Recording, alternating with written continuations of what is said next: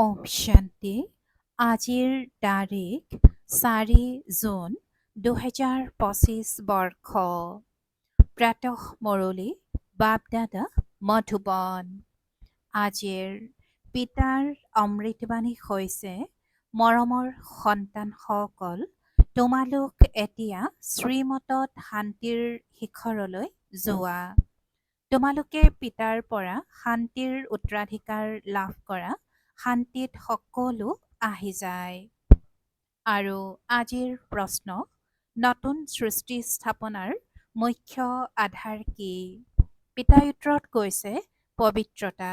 পিতা যেতিয়া ব্ৰহ্মাৰ শৰীৰত আহি নতুন সৃষ্টি স্থাপনা কৰে, তেতিয়া তোমালোক পৰস্পৰ ভাই ভনী হৈ যোৱা। স্ত্ৰী পুৰুষৰ বোধ নাইকিয়া হৈ যায়। এই অন্তিম জন্মত পবিত্ৰ হলে পবিত্ৰ সৃষ্টিৰ মালিক হৈ যোৱা। পিতাই কৈছে, এই অন্তিম জন্মত পবিত্ৰ হলে পবিত্ৰ সৃষ্টিৰ মালিক হৈ যোৱা। তোমালোকে নিজৰ সৈতে প্ৰতিজ্ঞা কৰা যে আমি ভাই ভনী হৈ থাকিম। বেকাৰী দৃষ্টি নাৰাখো, ইজনে সিজনক সাৱধান কৰি উন্নতি সাধন কৰিম। আৰু আজিৰ গীত, জাগ সজনীয়া জাগ, অৰ্থাৎ জাগা প্ৰিয়তমাসকল জাগা। ওম শান্তি। মৰমৰ আত্মিক সন্তানসকলে গীতটি শুনিলা। মৰমৰ আত্মিক সন্তানসকলে গীতটি শুনিলা। আৰু বুদ্ধিত স্বদৰ্শন চক্ৰ ঘূৰি গ'ল। পিতাকো স্বদৰ্শন চক্ৰধাৰী বুলি কয়, কিয়নো সৃষ্টিৰ আদি মধ্য অন্তক জনা এয়া হৈছে স্বদৰ্শন চক্ৰধাৰী হোৱা। এই কথাবোৰ পিতাৰ বাহিৰে অন্য কোনেও বুজাব নোৱাৰে। তোমালোক ব্ৰাহ্মণসকলৰ সকলো শান্তিৰ ওপৰতে নিৰ্ভৰ কৰে। সকলো মনুষ্যই শান্তিদাতা বুলিয়ে কয়। সেই শান্তি দিওঁতা কোনেও নাজানে যে শান্তি কোনে দিয়ে বা শান্তিধামলৈ কোনে লৈ যাব। এইটো কেৱল তোমালোক সন্তানসকলেহে জানা। ব্ৰাহ্মণেই স্বদৰ্শন চক্ৰধাৰী হয়। দেৱতাসকলক স্বদৰ্শন চক্ৰধাৰী বুলি ক'ব নোৱাৰে। কিমান ৰাতি দিনৰ পাৰ্থক্য আছে। পিতাই তোমালোক সন্তানসকলক বুজাই, তোমালোক প্ৰত্যেকেই স্বদৰ্শন চক্ৰধাৰী হোৱা। পুৰুষাৰ্থৰ ক্ৰম অনুসাৰে পিতাক স্মৰণ কৰিব লাগে। এইটোৱে হৈছে মুখ্য কথা। পিতাক স্মৰণ কৰা মানেই হৈছে শান্তিৰ উত্তৰাধিকাৰ লোৱা। শান্তিত সকলো আহি যায়। তোমালোকৰ আয়ুসো বাঢ়ি যায়। শৰীৰো নিৰোগী হৈ গৈ থাকে। পিতাৰ বাহিৰে আন কোনেও স্বদৰ্শন চক্ৰধাৰী কৰি তুলিব নোৱাৰে। আত্মাই স্বদৰ্শন চক্ৰধাৰী হয়, পিতাও হয়, কিয়নো তেওঁৰ সৃষ্টিৰ আদি মধ্য অন্তৰ জ্ঞান আছে। গীতটিও শুনিলা যে এতিয়া নতুন সৃষ্টি স্থাপনা হৈ আছে। গীতটো মনুষ্যই অৰ্থাৎ গীতটো মনুষ্যই ৰচনা কৰিছে। পিতাই বহি সাৰ বুজায়। তেওঁ হৈছে সকলো আত্মাৰ পিতা। গতিকে সকলো আত্মা পৰস্পৰ ভাই ভাই হৈ যায়। পিতাই যেতিয়া নতুন সৃষ্টি ৰচনা কৰে, তেতিয়া প্ৰজাপিতা ব্ৰহ্মাৰ দ্বাৰা তোমালোক ভাই ভনী হোৱা। প্ৰত্যেকেই ব্ৰহ্মা কুমাৰ কুমাৰী হয়। এইটো বুদ্ধিত থাকিলে স্ত্ৰী পুৰুষৰ বোধ নাইকিয়া হৈ যায়। পিতাই কৈছে যে প্ৰত্যেকেই ব্ৰহ্মা কুমাৰ কুমাৰী হয়। এইটো বুদ্ধিত থাকিলে স্ত্ৰী পুৰুষৰ বোধ নাইকিয়া হৈ যায়। মনুষ্যই এইটো বুজি নাপায় যে আমিও বাস্তৱত সকলো ভাই ভাই হওঁ। আকৌ যেতিয়া পিতাই ৰচনা ৰচে, তেতিয়া ভাই ভনী হৈ যায়। আক্ষৰিক দৃষ্টি আঁতৰি যায়। পিতাই সোঁৱৰায়ো দিয়ে। তোমালোকে আহ্বান জনাই আহিছা, হে পতিত পাৱন, এতিয়া মই আহিছো। তোমালোকক কওঁ যে এই অন্তিম জন্ম পবিত্ৰ হৈ থাকা। তেতিয়া তোমালোক পবিত্ৰ সৃষ্টিৰ মালিক হবাগৈ। এই প্ৰদৰ্শনীটো তোমালোকৰ ঘৰে ঘৰে হ'ব লাগে, কিয়নো তোমালোক সন্তানসকল হৈছা ব্ৰাহ্মণ। তোমালোকৰ ঘৰত এই চিত্ৰসমূহ নিশ্চয় থাকিব লাগে। ইয়াৰ ওপৰত বুজোৱা বহুত সহজ। 84 চক্ৰটো বুদ্ধিত আছে। বাৰু তোমালোকক এগৰাকী ব্ৰাহ্মণী অৰ্থাৎ শিক্ষক দি দিম। তেওঁ আহি সেৱা কৰি যাব। তোমালোকে প্ৰদৰ্শনী অনুষ্ঠিত কৰা। ভক্তি মাৰ্গতটো কোনোৱে শ্ৰীকৃষ্ণৰ পূজা অথবা মন্ত্ৰ আদি নাজানিলে তেতিয়া ব্ৰাহ্মণক মাতে। তেওঁ নিতৌ আহি পূজা কৰেহি। তোমালোকেও মাতি আনিব পাৰা। এইটো হওঁতে বহুত সহজ। পিতাই কৈছে যে এইটো হওঁতে বহুত সহজ। পিতাই প্ৰজাপিতা ব্ৰহ্মাৰ দ্বাৰা সৃষ্টি ৰচনা কৰিছে, যেতিয়া নিশ্চয় ব্ৰহ্মা কুমাৰ কুমাৰী সকল ভাই ভনী হ'ব। প্ৰতিজ্ঞা কৰে যে আমি দুয়ো ভাই ভনী হৈ থাকিম, বিকাৰী দৃষ্টি নাৰাখোঁ, ইজনে সিজনক সাৱধান কৰি উন্নতি সাধন কৰিম। মুখ্য হৈছেই স্মৃতিৰ যাত্ৰা।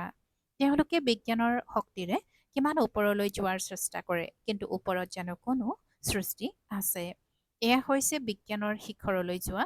এতিয়া তোমালোক শান্তিৰ শিখৰলৈ যোৱা। শ্ৰীমতৰ আধাৰত তেওঁলোকৰ হৈছে বিজ্ঞান, ইয়াততো তোমালোকৰ হৈছে শান্তি। সন্তানসকলে জানে যে আত্মাটো নিজেই শান্তস্বৰূপ। এই শৰীৰৰ দ্বাৰা কেৱল ভূমিকা পালন কৰিবলগীয়া হয়, কৰ্ম অবিহনেতো কোনেও থাকিব নোৱাৰে।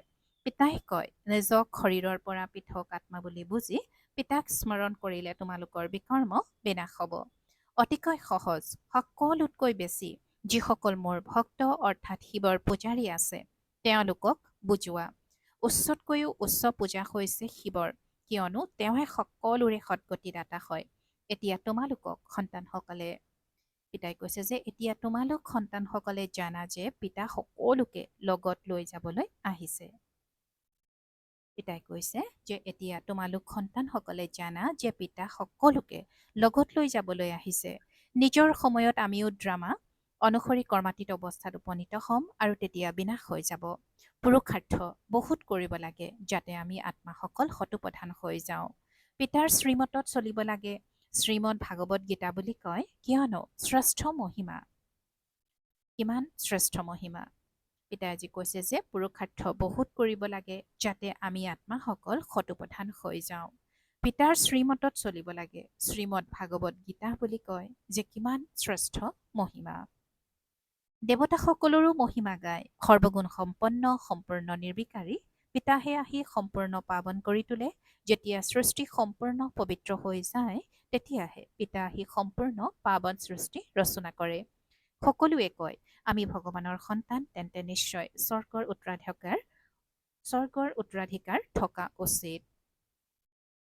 সকলোৱে কয় আমি ভগৱানৰ সন্তান, তেন্তে নিশ্চয় স্বৰ্গৰ উত্তৰাধিকাৰ থকা উচিত। প্ৰজাপিতা ব্ৰহ্মাৰ দ্বাৰা আমি এতিয়া ভাই ভনী হৈছোঁ। কল্পপূৰ্বেও পিতা আহিছিল, শিৱ জয়ন্তী পালন কৰে। নিশ্চয় প্ৰজাপিতা ব্ৰহ্মাৰ সন্তান হৈছিল। পিতাৰ ওচৰত প্ৰতিজ্ঞা কৰে, বাবা আমি পৰস্পৰ সংগী হৈ পবিত্ৰ হৈ থাকোঁ, আপোনাৰ নিৰ্দেশনা মতে চলো, কোনো ডাঙৰ কথা নহয়। এতিয়া এইটো অন্তিম জন্ম, এই মৃত্যুলোক এতিয়া নাশ হৈ যাব। এতিয়া তোমালোক বিচাৰ বুদ্ধি সম্পন্ন হৈছা। কোনোবাই নিজকে ভগৱান বুলি ক'লে তেতিয়া ক'ব ভগৱানটো সকলোৰে সদ্গতিদাতা, এওঁলোকে আকৌ নিজকে ভগৱান বুলি কেনেকৈ ক'ব পাৰে? কিন্তু বুজি পায় এয়া ড্ৰামাৰ খেল। পিতাই তোমালোক সন্তানসকলক সুদৰ্শন চক্ৰধাৰী কৰি আছে। পিতাই কয় এতিয়া সেৱাত তৎপৰ হৈ থাকা, ঘৰে ঘৰে প্ৰদৰ্শনী খোলা। ইয়াৰ দৰে মহান পুণ্য আৰু একো নাই। কাৰোবাক পিতাৰ ৰাস্তা দেখুওৱা, ইয়াৰ দৰে দান আৰু একো নাই। পিতাই কয় মামেকম অৰ্থাৎ কেৱল মোক স্মৰণ কৰা, তেতিয়া পাপ নাশ হ'ব। পিতাক আহ্বানো এই কাৰণেই জনোৱা যে পতিত পাৱন মুক্তিদাতা মাৰ্গদৰ্শক আহক। পিতাক আহ্বানো এই কাৰণেই জনোৱা যে পতিত পাৱন মুক্তিদাতা মাৰ্গদৰ্শক আহক। তোমালোকৰো নাম পাণ্ডৱ বুলি গায়ন কৰা হৈছে। পিতাও পাণ্ডা হয়, সকলো আত্মাকে লৈ যাব। সেয়া হৈছে পাৰ্থিৱ অৰ্থাৎ শাৰীৰিক পাণ্ডা, এয়া হৈছে আত্মিক, সেয়া হৈছে পাৰ্থিৱ যাত্ৰা আৰু এয়া হৈছে আত্মিক যাত্ৰা। পিতাই কৈছে তোমালোকৰো নাম পাণ্ডৱ বুলি গায়ন কৰা হৈছে। পিতাও পাণ্ডা হয়, সকলো আত্মাকে লৈ যাব। সেয়া হৈছে পাৰ্থিৱ অৰ্থাৎ শাৰীৰিক পাণ্ডা, এয়া হৈছে আত্মিক আৰু সেয়া হৈছে পাৰ্থিৱ যাত্ৰা, এয়া হৈছে আত্মিক যাত্ৰা। সত্যযুগত ভক্তিমাৰ্গৰ পাৰ্থিৱ যাত্ৰা নাথাকে, তাত তোমালোক পূজ্য হৈ যোৱা। এতিয়া পিতাই তোমালোকক কিমান বিচাৰ বুদ্ধি সম্পন্ন কৰি তোলে। তেন্তে পিতাৰ মতত চলিব লাগে নহয়। কোনো সংশয় আদি থাকিলে তেতিয়া সুধিব লাগে।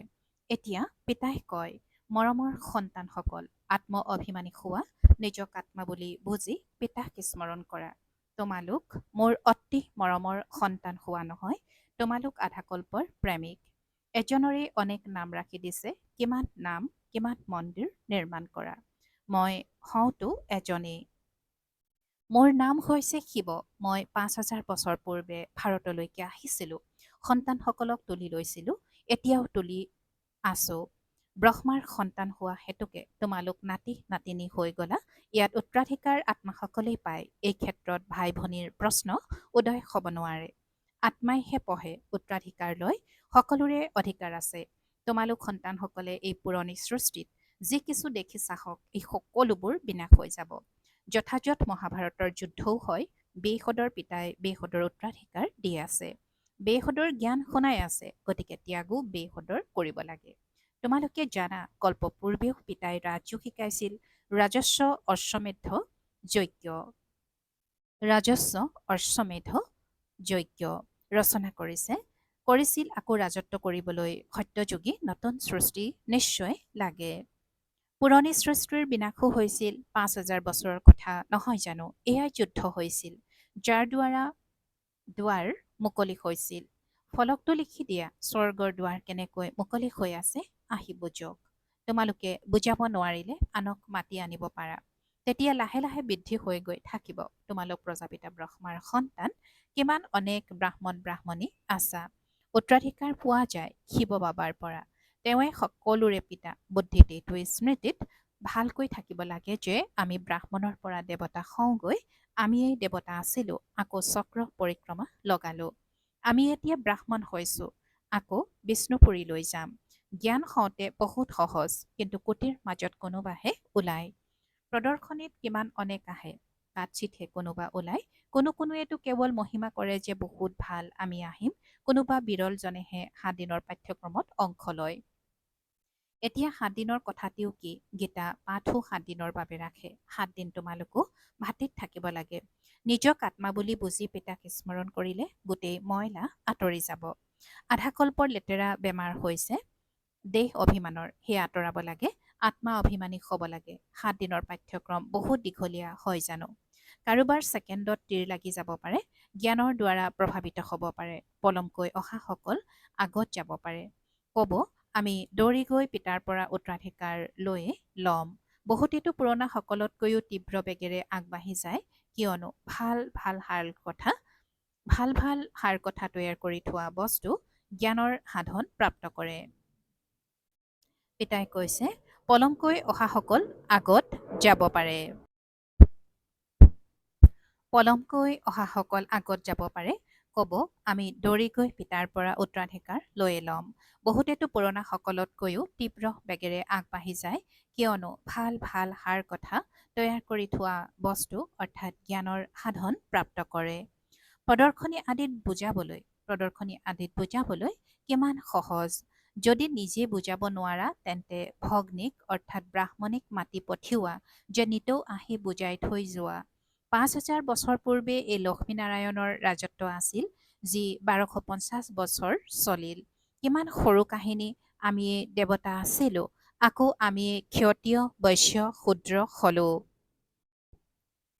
আমি আত্মাসকল ব্ৰাহ্মণ হলো। আমিয়েই আছিলোৰ অৰ্থ কিমান যুক্তিযুক্তভাৱে বুজায়। বিৰাট ৰূপো আছে, কিন্তু তাত ব্ৰাহ্মণসকলক আৰু শিৱ বাবাক নাইকিয়া কৰি দিলে। অৰ্থ একোৱেই বুজি নাপায়। এতিয়া তোমালোক সন্তানসকলে স্মৃতিত থকাৰ পৰিশ্ৰম কৰিব লাগে, আৰু কোনো সংশয়ত আহিব নালাগে। বিকৰ্মাজিত হৈ উচ্চ পদ প্ৰাপ্ত কৰিব লাগে। এইটো চিন্তন সমাপ্ত কৰিব লাগে যে এয়া কিয় হয়, এওঁ এনেকুৱা কিয় কৰে। এই সকলোবোৰ কথা এৰি এটাই চিন্তনত থাকিব লাগে যে আমি তমোপ্ৰধানৰ পৰা সতোপ্ৰধান হ'ব লাগে। যিমানে পিতাক স্মৰণ কৰিবা, সিমানেই বিকৰ্মাজিত হৈ উচ্চ পদ প্ৰাপ্ত কৰিবা। বাকী অযথা কথা শুনি নিজৰ মগজ বেয়া কৰিব নালাগে। সকলো কথাতকৈ এটা মুখ্য কথা হৈছে তেওঁক অৰ্থাৎ শিৱ বাবাক পাহৰি নাযাবা। কাৰো লগত সময় নষ্ট নকৰিবা। তোমালোকৰ সময় বহুত মূল্যৱান। ধুমুহালৈ ভয় কৰিব নালাগে। বহুত সমস্যা আহিব, লোকচান হ'ব, কিন্তু পিতাৰ স্মৃতি কেতিয়াও পাহৰি যাব নালাগে। স্মৃতিৰেই পাৱন হ'ব লাগে। পুৰুষাৰ্থ কৰি উচ্চ পদ পাব লাগে। এই বৃদ্ধ বাবাই অৰ্থাৎ ব্ৰহ্মাই ইমান উচ্চ পদ পায়, আমি কিয় নহ'ম? এয়াও পঢ়া নহয় জানো? তোমালোকে ইয়াত কোনো ধৰণৰ কিতাপ আদি লোৱাৰ দৰকাৰ নাই। বুদ্ধিত গোটেই কাহিনী আছে। কিমান সৰু কাহিনী। ছেকেণ্ডৰ কথা, জীৱন মুক্তি ছেকেণ্ডত পোৱা যায়। মূল কথা হৈছে পিতাক স্মৰণ কৰা। পিতা যিয়ে তোমালোকক বিশ্বৰ মালিক কৰি তোলে, তেওঁক তোমালোকে পাহৰি যোৱা। এনেকৈ কয় যে সকলোৱে জানো ৰজা হ'ব, হেৰো তোমালোকে আনৰ চিন্তা কিয় কৰা? স্কুলত জানো এইটো চিন্তা থাকে যে সকলোৱে জানো বৃত্তি পাব? পঢ়িবলৈ লাগি যাব নহয়। প্ৰত্যেকৰে পুৰুষাৰ্থৰ পৰা বুজি পোৱা যায় যে এওঁ কি পদ পাব। ভাল বাৰু। অতি মৰমৰ কল্পৰ পাছত পুনৰাই মিলিত হোৱা সন্তানসকলৰ প্ৰতি মাতা পিতা বাপ দাদাৰ স্নেহপূৰ্ণ স্মৰণ আৰু সুপ্ৰভাত। আত্মিক পিতাৰ আত্মিক সন্তানসকলৰ প্ৰতি নমস্কাৰ আৰু আত্মিক সন্তানসকলৰ আত্মিক মাত পিতা আৰু বাপ দাদাৰ প্ৰতি স্নেহপূৰ্ণ স্মৰণ আৰু সুপ্ৰভাত আৰু নমস্কাৰ নমস্কাৰ নমস্কাৰ। আৰু আজিৰ ধাৰণাৰ বাবে মুখ্য সাৰ প্ৰথমতে। এই সময় বহুত মূল্যৱান, ইয়াক অদৰকাৰী কথাত নষ্ট কৰিব নালাগে। যিমানেই ধুমুহা নাহক, লোকচান নহওক, পিতাৰ স্মৃতিত থাকিব লাগে। দ্বিতীয়তে, তমোপ্ৰধানৰ পৰা শতোপ্ৰধান হোৱাৰহে চিন্তন কৰিব লাগে। তমোপ্ৰধানৰ পৰা শতোপ্ৰধান হোৱাৰহে চিন্তন কৰিব লাগে, অন্য কোনো চিন্তন যাতে নচলে। আমিয়েই আছিলোঁ, আমিয়েই হ'মগৈ। এই সৰু কাহিনীটি বহুত যুক্তিৰে বুজিব লাগে আৰু আনকো বুজাব লাগে। আৰু আজিৰ বৰদান। মগন অৱস্থাৰ অনুভৱেৰে মায়াক নিজৰ ভক্ত কৰি দিওঁতা মায়াজিত হোৱা। মগন অৱস্থাৰ অনুভৱেৰে মায়াক নিজৰ ভক্ত কৰি দিওঁতা মায়াজিত হোৱা। আৰু আজিৰ বৰদানৰ ব্যাখ্যা। মগন অৱস্থাৰ অনুভৱ কৰিবলৈ নিজৰ অনেক উপাধি বা স্বৰূপ, অনেক গুণৰ অলংকাৰ, অনেক প্ৰকাৰৰ আনন্দৰ আত্মিক নিচাৰ, ৰচয়িতা আৰু ৰচনাৰ বিস্তাৰৰ মুখ্য কথাবোৰ, প্ৰাপ্তিৰ মুখ্য কথাবোৰ স্মৃতিত ৰাখা, যিবোৰ তোমালোকৰ পচন্দৰ, তাৰ ওপৰত মনন কৰা। তেতিয়া মগন অৱস্থা সহজে অনুভৱ হ'ব। তেতিয়া কেতিয়াও পৰৰ বশীভূত নোহোৱা। মায়াই সদাকালৰ বাবে নমস্কাৰ জনাব। সংগম যুগৰ প্ৰথম ভক্ত মায়া হৈ যাব। যেতিয়া তোমালোক মায়াজিত মাষ্টাৰ ভগৱান হবা, তেতিয়া মায়া ভক্ত হৈ যাব। আৰু আজিৰ শ্লোগান। তোমালোকৰ উচ্চাৰণ অৰ্থাৎ বাণী আৰু আচৰণ পিতা ব্ৰহ্মাৰ সমান হ'লে তেতিয়া সঁচা ব্ৰাহ্মণ বুলি কোৱা হ'ব। পিতাই আজি শ্লোগানত কৈছে যে তোমালোকৰ উচ্চাৰণ আৰু আচৰণ পিতা ব্ৰহ্মাৰ সমান হ'লে তেতিয়া সঁচা ব্ৰাহ্মণ বুলি কোৱা হ'ব। ওম শান্তি। আৰু আজিৰ অভ্যক্ত সংকেত। আত্মিক স্থিতিত থকাৰ অভ্যাস কৰা, অন্তৰ্মুখী হোৱা।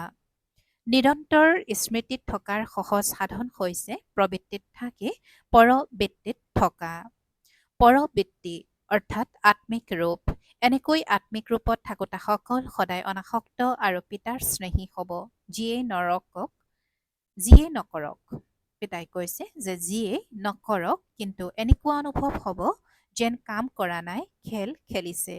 এই আত্মিক নয়ন, এই আত্মিক মূৰ্ত এনেকুৱা দিব্য দৰ্পণ হৈ যাব, যি দৰ্পণত প্ৰত্যেক আত্মাই পৰিশ্ৰম নকৰাকৈ আত্মিক স্বৰূপহে দেখিব। ওম শান্তি।